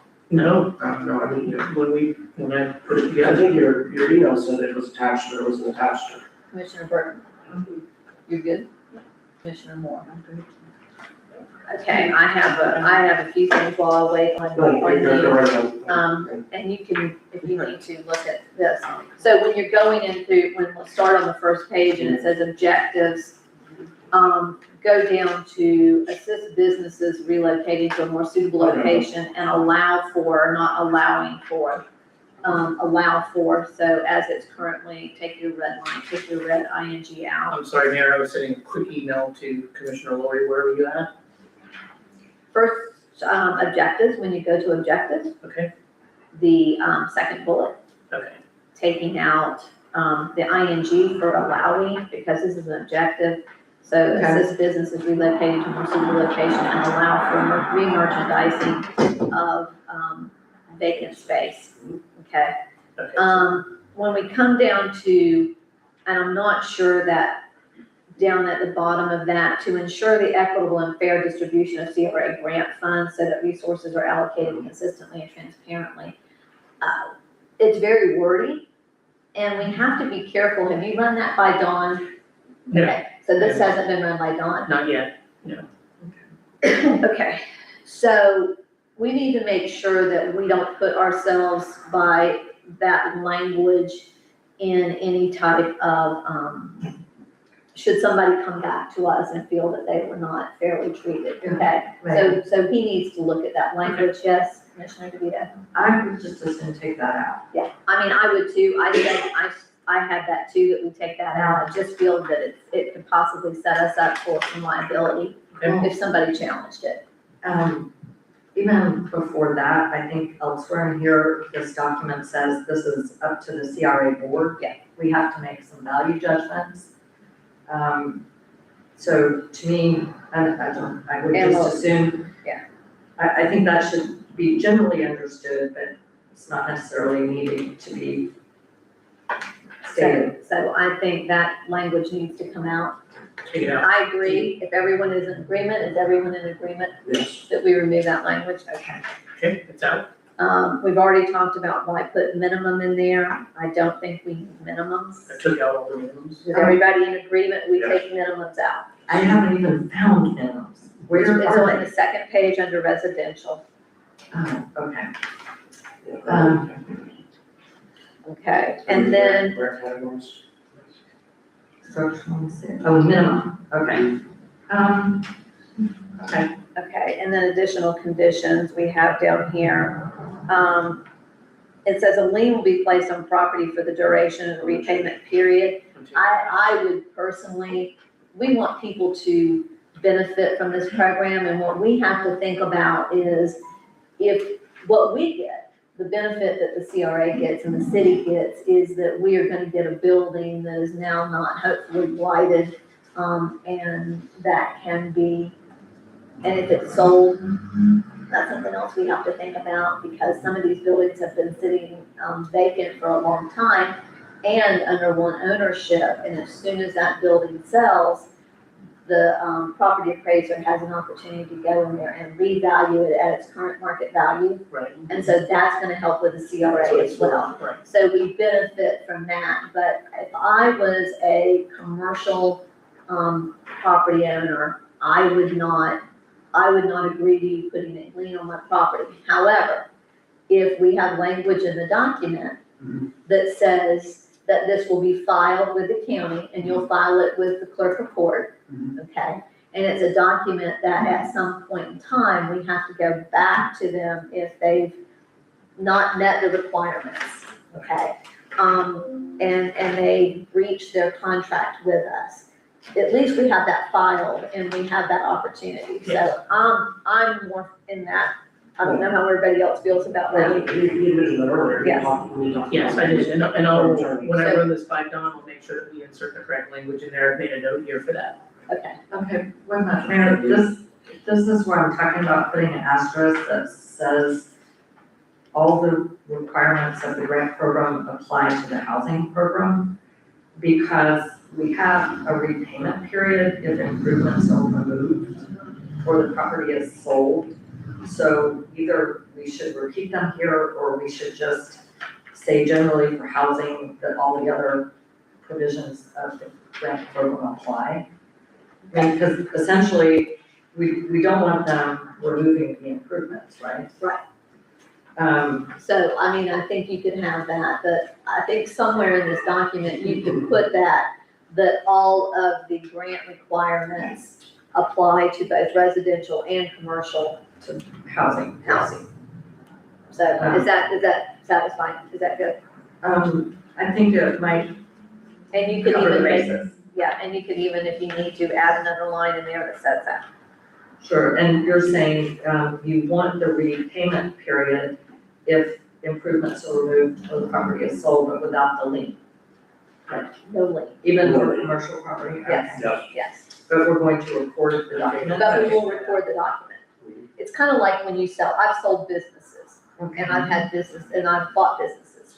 And when you have that, they typically will file that document if there's a repayment or if there's something on that business. Right. Which So they're mortgage. It will, it'll be filed with the clerk, it's recorded, it's recorded. And I'm less concerned about the residential property being sold than I am the commercial being sold, but so be it. Okay, I'm sorry, Mayor, that was your. And then I've got on here that if you go down to grant criteria where it says grants over the 5,000, go down to the third bullet. Not sure why you're making a change, what you're changing, Are you talking about the red lines that are in there? It was because when I took I could not find this document I had to OCR this document. So I took a PDF, yes, so it came out kind of blotchy and I took that out and retyped it correctly, that's all that is. Okay, it's the same thing. There's so no, it's the no, same no, language, same okay, language. so I No, was no like, there's no no. different language in here. no language changed. Okay, and then we also have, let's go, let me continue, apologize. The fourth page is, an agreement will be drawn up at the very bottom, contractual agreement. I think an agreement will be drawn up that will include, not which will include. I think that, because I believe that might be a little, that's just a grammatical. There should be something in here that, if you come down, we've already talked about the year, so you're gonna take the year out, but you'll have dates.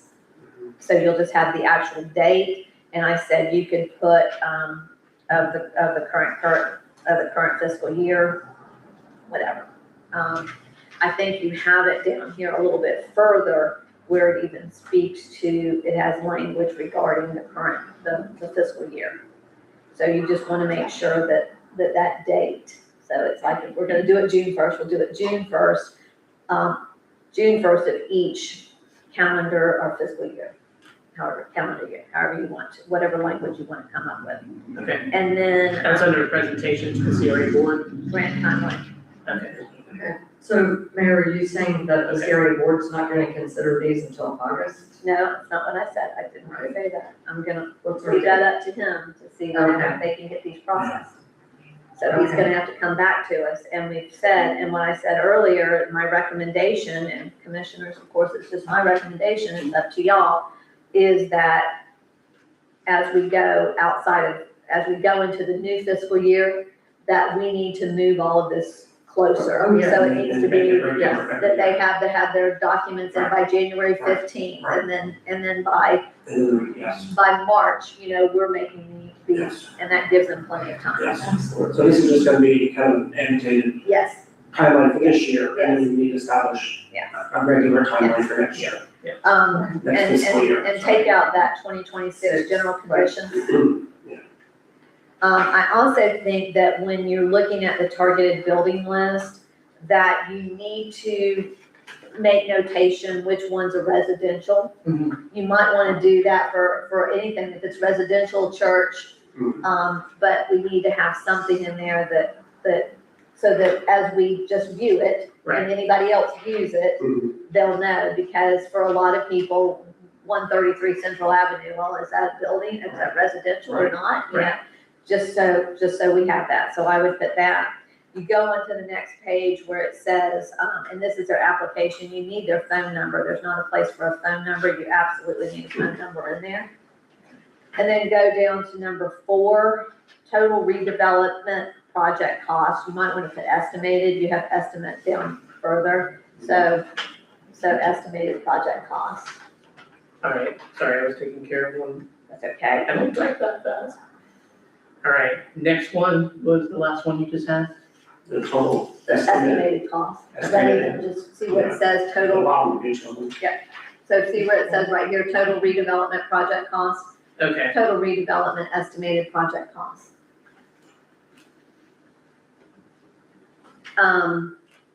And then, of course, when you come into number 8, which is the repayment agreement clause, the undersigned agrees to repay the full cost of grant-funded improvement if such improvements are removed. I think not the full cost, that can be a little confusing. which number was that? Number 8, Okay, you've got it all in red. Yeah. So see, that can be a little confusing, that the You full know. cost, it's not, it's graduated. It's Yeah. graduated, so you need to have some clarification in that. Okay, If you take out the word full and you say the cost, and then when it goes down, it says structured, what is it? Or you could even put to repay the graduated or structured cost of grant funded, yeah, however you want to language. It's right, the full one that kind of makes it confusing. Right. I took it out, I put cost. And you're gonna take out also to ensure enforceability, the city will record a property. The city, you need to put in there, will record the document, the agreement, the clerk report, Putnam County. And then we come down to this one that's work can only be completed by either a contractor, and it doesn't allow, and we do have, people, just like, gosh, I'm drawing a blank. He's an electrician. Yes. Okay, so he's a licensed electrician. You have people throughout the city who, on their properties, they have that and they were able to do that previously. Right. So this is requiring them, and sometimes that's gonna drive the cost up also if they're not allowed to do it themselves. Just like Rich, if Rich lived in the city and he wanted to do something and we knew that he was licensed and can do it, Right. this would prohibit him from being able to do that, I think, so. I mean, if they are licensed and insured and have a company, I don't think that's an issue. I think it, that's what Well, it you states. said a contractor, Okay, so contractor's very specific. okay. When he was doing windows, we paid. He did windows, I'm just using him as an example, where he was doing I'm electrical. sorry, I think the reason he put this in here, and I discussed this with them, was, they used to say, or by the applicant themselves. Yeah. Right. And I think that makes it seem very, like for instance, at Pam's Kitchen, they wanted to pay those in themselves. And we're like, no, that's not. It's what we're only, doing. it can only be done by, a licensed, Individual, do we want to put individual instead of contractor? professional, whatever. Contractor, we have to be careful because contractor is whose definition of what contractor is. Because sometimes a handyman is not a contractor, but he's licensed. I put professional and took the contractor out. Yeah. And you can look at BBPR too, language, and see if there's something in there, and that's all I have for that. Okay. Sorry, thank y'all for No, that's good. entertaining that. Okay. So I don't know, I mean, I wanted us to be able to finalize this. Do we feel like that we want to vote on this, and then if Don has any concerns that it holds it up and he brings it back to us? I mean, If not, we'll just go forward with what we have. I like that idea, I mean, we've covered it all, we've talked about it. Yes, There's a few places that he needs to get some, polished, language or verbiage from our attorney, but I think we've gone over the points here, we've told him what we want, so I think, I'm comfortable to, there's like a motion. I'm gonna open it up for public Okay. comment, but you can go ahead and make a motion. I move that we approve the CRA, grant application for this fiscal year. Do I have a second? With the changes? With the change. With the changes that we've discussed, yes. Okay, I will second This Commissioner Moore already seconded. Oh, I'm sorry. So we have a proper motion by Commissioner Lori and a second by Commissioner Moore. That to accept this as our new grant redevelopment program with the changes that the commission has discussed agreed upon. And I'm gonna open it up for public comment. Do we have any public comment at this time? Yes, ma'am. If you would, please come forward. State your name and your address, if you please.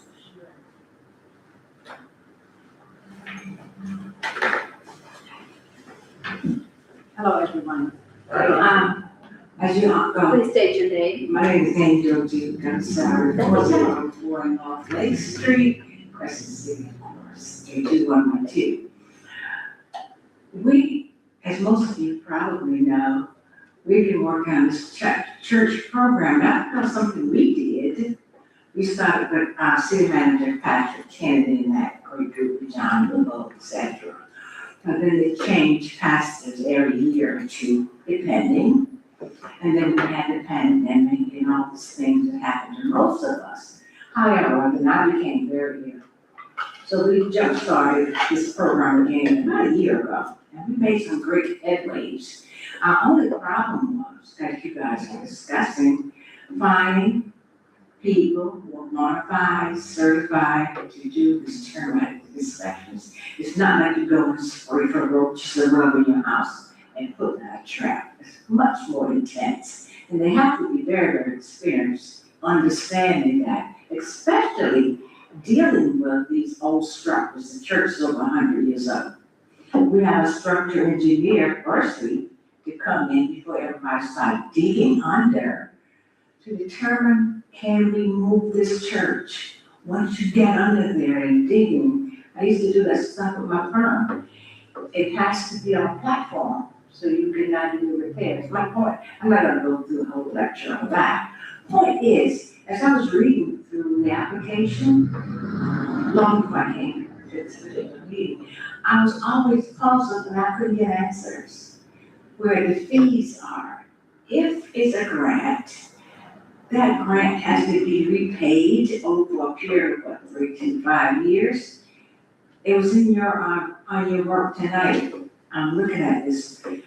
And I shared this with the ministers. They said, well, we have to pay this back? No. No, That's not where I was the really grant, sensitive. that's only if you alter it Uh-huh. or you sell it. So if you undo what we've done within a certain period of time, Mhm. then we are gonna require you to pay back, because this is the residents' money, this is their money, and they, we have agreed to do this. Okay. And so at that point, if you've undone what we've allowed you to do, then you have to pay it back. And Yes. it's a 5-year sliding scale. Thank you. But yeah, I was so confused on that, but thank you guys very much. We're making some headways, I think, with this past year and getting what we need. So as you know, we have the final 3 certified, bona fide, termite inspectors and structural engineer and architects working with us to bring it to fruition. So once we get phase 1 done, we've already started looking at those whom will finance the renovation of the church. So that's where my frustration was coming from. Like, what do? We can't skip over B and go to C until all this is taken care of, because they work hand in hand together. Okay, but thanks for answering my question. I have a very clear and concise understanding now. Okay. Thank you. You We have Mr. Newbold. Okay. All right, I'm just going to assume that we work out all of this bureaucracy that will eventually get us to stop the termites in this building. I love history, I love that church, I love the people in it, all of that, and of course I love J. Philip Randolph and the history. The reason I'm in this project primarily is about economic growth. If we get that building saved and the Savannah School of Design comes in, and they said they would do it for us, and refurbishes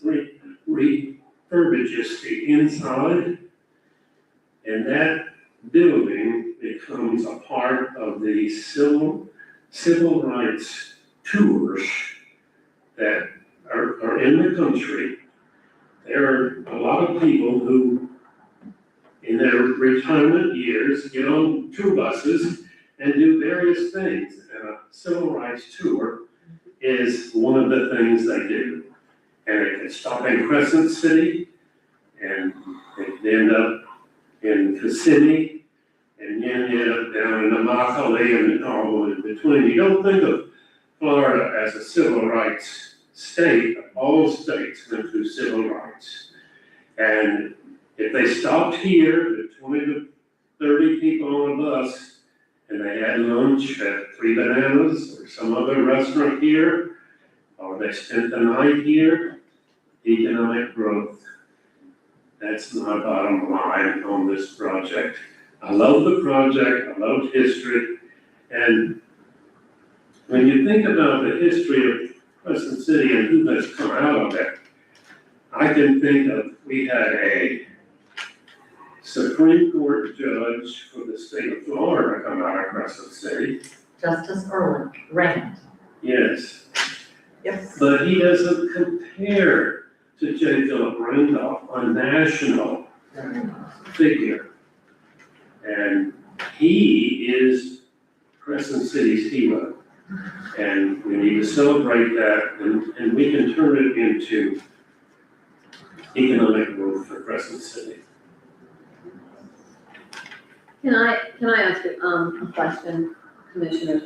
I just wanna, this is just, I'm throwing this out there because there's so much, right now with, people, charitable giving. I know that this GoFund, there's like a GoFundMe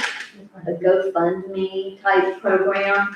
Have y'all done any of that to where you talked about, and you might be surprised across the nation, there's people that through his work, for you, you know, you just might want to put something out there. You might be really surprised. I mean, you think about all the things that people have put on there that people give to, and that might be very beneficial because there's a lot of people that through the civil rights movement that want to support that district, and you might just have somebody that can write the story, because it's all about selling your story, that story, his story. And so I would encourage that if you have somebody that can help you with that, you never know.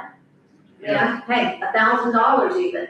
And I think it's pretty much, you know, it's just been amazing to me what people have given to different causes when that story touches them. And so I think that, you know, that's something that you might want to look, maybe you've already looked into. That's just a suggestion. I'm just throwing that out there as a suggestion. Mayor? Yes, ma'am. Absolutely right. Started a movement about 2 years ago. I was wanting to find out how to get. I'm sorry, we can't hear you, Ms. Duke. I'm sorry, I got all about that. Something a couple of years ago, trying to determine economic growth, of course. And at the same time, educate our young people about the history of Crescent City, most importantly, Ava Randolph. Nobody knew, I didn't know, I grew up in this town. I had a contract with UNESCO. I'm sitting beside this lady to get on here. And we're sitting there talking, she says, oh, Crescent City, you must know Ava Randolph. I'm saying, he must be important. So he says, oh, of course I did. But as soon as I got back home, that was the first thing I did. Now, I contacted the principal from Ava Randolph High School. And I've been up in Harlem a couple of times, the building he owned, the big apartment building. So I thought perhaps it would be great if we can bring students from Harlem to Crescent City and Ava Randolph Trail. The principal loved it. And then we said 18 months later, to give time for financing, we would take kids from Crescent City and take them to New York City. And they will host them there, if you're around. So you're right on point with what you're saying, what we can do. And I received a listing of about 400 churches that was funded in 2016, 17. Over $4 million was pumped into these churches throughout the United States for renovations and things of that nature. That's where we've been at. And I wrote back to them and told them about Ava Randolph. But before we can do anything, and I know you guys gotta go, the church has to be stable. We have to get our homework prepared. So you're right, there's a lot out there, but we have to start from where we are and move forward. But thank you. Oh, no, thank you. Thank you for all y'all are doing. Stop the Okay, with termites that. first. if we have no further public comment, I'm gonna close public comment at this time. We currently have a motion and a second. Yes, I have a procedural question. I asked before we vote, was it okay for us to advertise this as a commission meeting when we were having a CRA meeting, doing CRA business? We didn't actually open a CRA meeting, but I didn't get an answer back. I sent an email to the city manager and to the city attorney, but I didn't get an answer, so I didn't know. as CRA, The agenda that I got, the notice just said commission. He told me he was gonna take a look at it, but he didn't feel that there was an issue with it. That's all I got. I don't have anything. Because in we writing, it was didn't just a phone call. specifically open a CRA meeting or anything I like that. can, if everybody is, I Well, mean, we we didn't advertise. didn't advertise it that way, so I think that, And I think since we're not really taking CRA action, or spending money, we're just approving the form. we're approving a form that the commission will ultimately have to approve, really anyway, I mean, so. And if he finds that we've done it in error, Yes, ma'am. then by all means, we can bring it back at the March meeting. Yes, ma'am. But for all intents and purposes, let's go forward if we can, because otherwise we're just constantly moving things down the road. Yeah. Ms. Taylor, if you take a roll call for us, please. Commissioner Moore? Aye. Commissioner Burton? Aye. Commissioner Laurie? Aye. Commissioner DeVito? Aye. Mayor Myers? Aye. Okay, so approved. And if you would, when you get those changes, all those changes, Mr. Martin, if you would please make sure you get those out to the I will commissioners. route them to you. Yes, ma'am. Thank you. Okay. We're gonna move on, and I guess you've got an update on the assistant city manager, CRA manager. Yes, ma'am, I do. Thank you. So I put a briefing sheet in there just to update you on the recruitment process. We have put out the position on our website. We're also waiting for Florida League of the City to approve it there, but we have all of the positions on the FLC site as well, or going on there. We've already posted everything, we're just waiting on them. We've also posted it on our LinkedIn accounts and also on Facebook.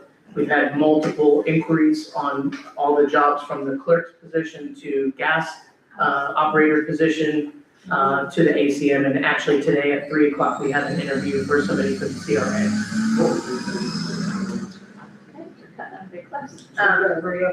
Yeah, so my question, yes, go ahead. Oh, sorry. Well, no, you go. My question is, you have in here, this is a very lengthy job description. Yes, it is. And you have in here basic knowledge of ESRI GIS software. Do we have that? That is software that the county uses, that's something that That's we just can. their GIS? Right, correct. It's just basic knowledge, yeah. Okay, well, we all have that. I have that. Yeah. Okay. Basic knowledge. Everybody has that. I mean, you just go in there. Okay. I just, Yeah. ESRI. ESRI is the. Yeah, is Yeah. there. is the Okay, I just data, wanted to make yeah. sure.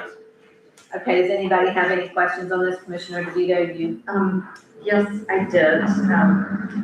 First of all, I want to say the city manager does a very nice ad for a shirt that is very eye-catching. That was the one that we removed, we went with an even a better one, but thank you. All I'm saying is, that was good, but I did notice, it says pay starts at 60,000. Yes. What did we budget for this? Because, I mean, when you say start, like the actual job description says 60,000 annually starting salary. Did, the way the ad looks, I don't know, what do we budget for this? Are we gonna be within budget? We'll be very well within budget, yes, ma'am. What did we budget for it? she was, at the time, we were making, Negotiating that sometime. at the time, they were making, Christina was making, what, 86? Yes. I believe. Yeah, well, this is, Those part, okay, so that's, still, so a portion of this is gonna come out of the CRA, This year. and then and then the other one will come out of the general General fund. fund. She was also the interim city manager. But it yeah, bumped up to that. Yes. Yeah, that didn't include that. Okay, but I'm just asking what we actually budgeted, and with this, will we be in budget? We will be well within budget. we'll be, yes, we'll be saving some money, which is the intention. Okay, that I've also signed up, with, UNF, they have a job, fair coming up here soon, and I've reached out to them. And I'm gonna take all of our positions as well to them. They have 2,000 graduates coming out of that school this year, and they have a huge job fair, so I'm hoping that we can do some recruiting down there as well. Yeah, Jacksonville. Yes, sir. But, and You might wanna look at UF too. yes, if I could, just one more, the city manager said he submitted it to the League of Cities, does that include the arm that is the Florida Redevelopment Association? I have not gone to Florida Redevelopment Association, for posting, we've gone to Florida League of Cities job postings, because it's free. FLC jobs. FLC, right, FLC FLC jobs. jobs, but- FLC, yes. But does You the, need to talk to the redevelopment, that's where you're really gonna find that person that does the CRA economic development. but they don't charge, do they? FRA doesn't know. No. It doesn't- So you absolutely need to get that. Right, because they're, Yeah. many times they're accredited experience, that's the community. Yes. I would say. That's how Steve and I reached out and to them about our 5 main deliverables. And by the way, too, kudos to Steve, thank you for putting those numbers together and getting everything together. We've actually revised some things per our last meeting, and found where there was some, areas that we needed a little fixing. On the CRA On the CRA report, it's been done.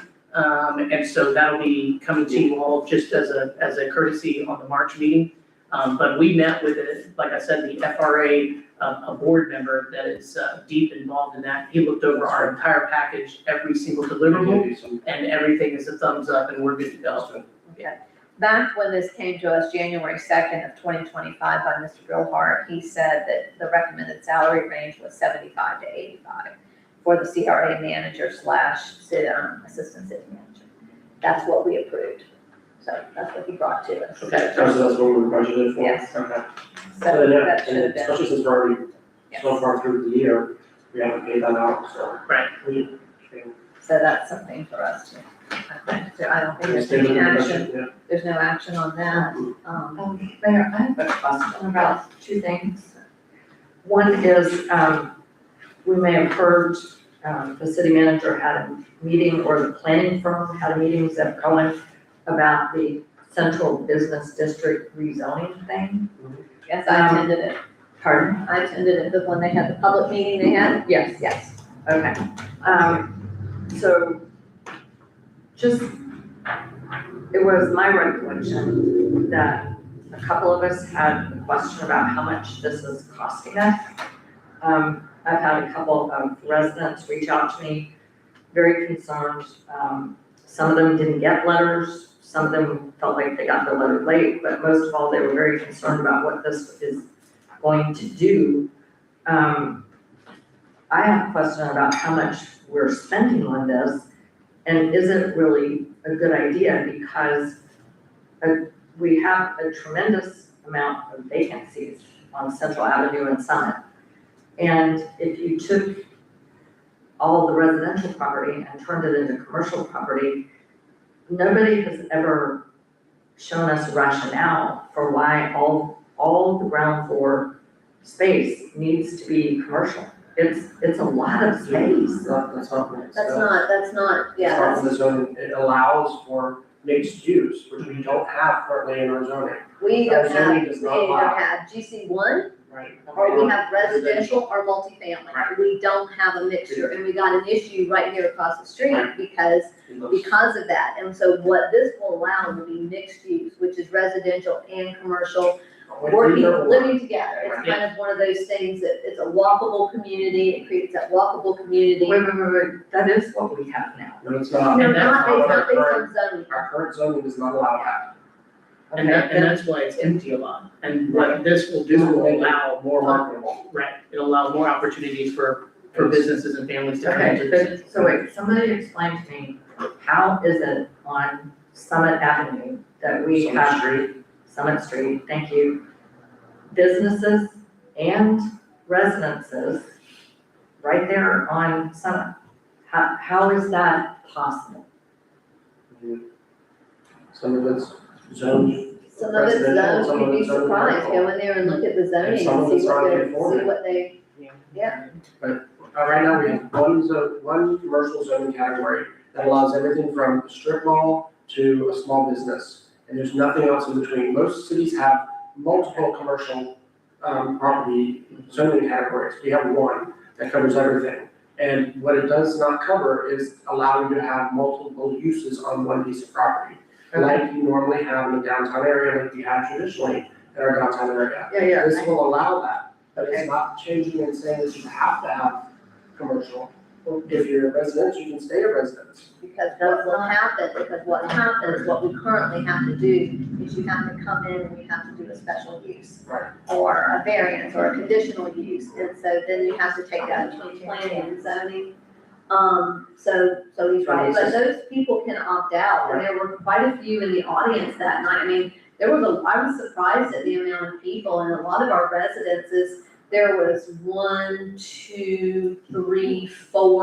4 major residences from the east end of Central that were in the audience that I believe, no, 5. And There were 5. I've received opt-out forms from those individuals. From them. And we also have a new fillable form. I just received it last night from Mark Correa about Okay. 6 o'clock. Okay. We haven't uploaded it on the website yet, but we're gonna make it clear to the community that there is an opt-out form, digital PDF fillable form on our website. It'll be posted today or tomorrow. Okay, well, I'll try to go through this. I'm not sure that the people who are affected actually understand what it does and how it helps them.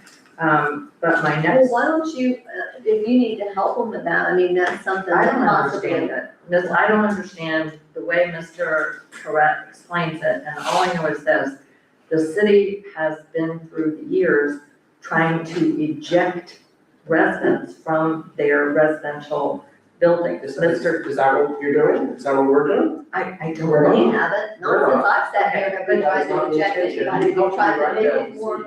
We all read, we all That come just- right All now. right, so you don't have to berate me, I'm No, saying I just, people have a history of receiving letters, being told they shouldn't be living there because it's residential and they're supposed to be commercial, blah, blah, blah.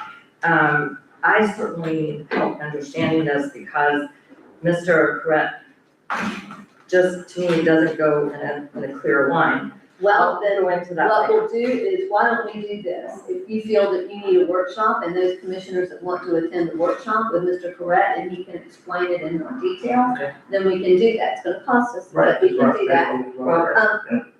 I do wanna ask Pam, Pam, have you sent out any letters to anybody, telling them that they could not live in a house because it was zoned commercial?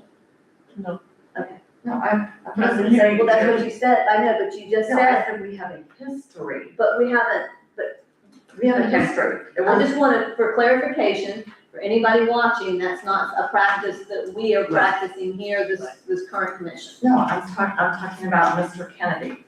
Well, that was in the past. Okay, but people have that lived experience, and so what we say to them is somewhat colored by that, but leaving that aside, and yes, I think a workshop or a session with Mr. Pratt would be helpful. You mentioned the Winn-Dixie situation, do you have an update on that? I do not, Larry has been out, I do know that permits have been pulled, my understanding for the Palaca one. No permits have been pulled for this one at this time, is that correct? I have a watchdog. We have Yes. two areas and Nothing has, nothing has. Larry's had some major, anyway, Larry's been on leave and he should be back, he should have been back this week. I spoke to him the other day, as a matter of fact, on Saturday, because, anyway, he called me because he thought that all of Winn-Dixie had to be the water boiled because that was a whole nother issue. So anyway, Larry said he would get with me this week and I haven't heard from him. I know he's doing a lot of catch up because he's been out for about 2 weeks. But Was that efficient? no, he had, I don't know, he had some personal leave that he needed. Okay, so quite a few months ago, we discussed trying to get a meeting with actual decision makers in both the new company, which I don't know the name to you, that totally owns No, that owns Winn-Dixie. Oh, Southeastern Grocers. Are they still Yes, Southeastern? they are Okay. Southeastern, yes. Anyway, we discussed trying to get meetings with Aldi representatives and Southeastern grocer representatives. You're right, Has- right there, Angel. No, we have not, and Aldi, we've reached out to them, and Aldi has not responded to anything. We sent them, I think the last correspondence is we sent them all of the, petitions and have asked, we did speak to one representative, and he knows from Winn-Dixie, I believe he's one of the regionals. And so he knows, yes, from Southeastern Grocers, and he knows that we want to, but anyway, I think that we've done, honestly, as much as we can, and it's a business decision that they're making, and so. Okay, but the store currently belongs to Aldi's corporation, correct? Okay, That's my understanding, but it's currently operating as a Winn-Dixie. And, Commission, I apologize, I reached out, Don was notified, I was told that his other attorney would be here, Leo, and I'm not sure why he's not here, I hope he's okay, but I apologize for not having legal here. That's fine. okay, and does the city manager have a job interview? Yes, I It's do. at 3:00. Okay, well, actually, Okay, so do we have anything else before I ask to, and you, if you need to go, by all means, you can go. Thank you very much, thank you, By all Commissioner, means, you can be dismissed. thank you very much. We have I'll second it. a proper motion, and a second. All in favor, please say aye. Uh, Opposed, nay. Okay, I want to remind everybody that Soul Food starts tomorrow evening, the parade is Saturday. The tea, I don't know who's going to the tea at 4:00, I am too, that's why we're a little flowery dressed. Yeah. The tea at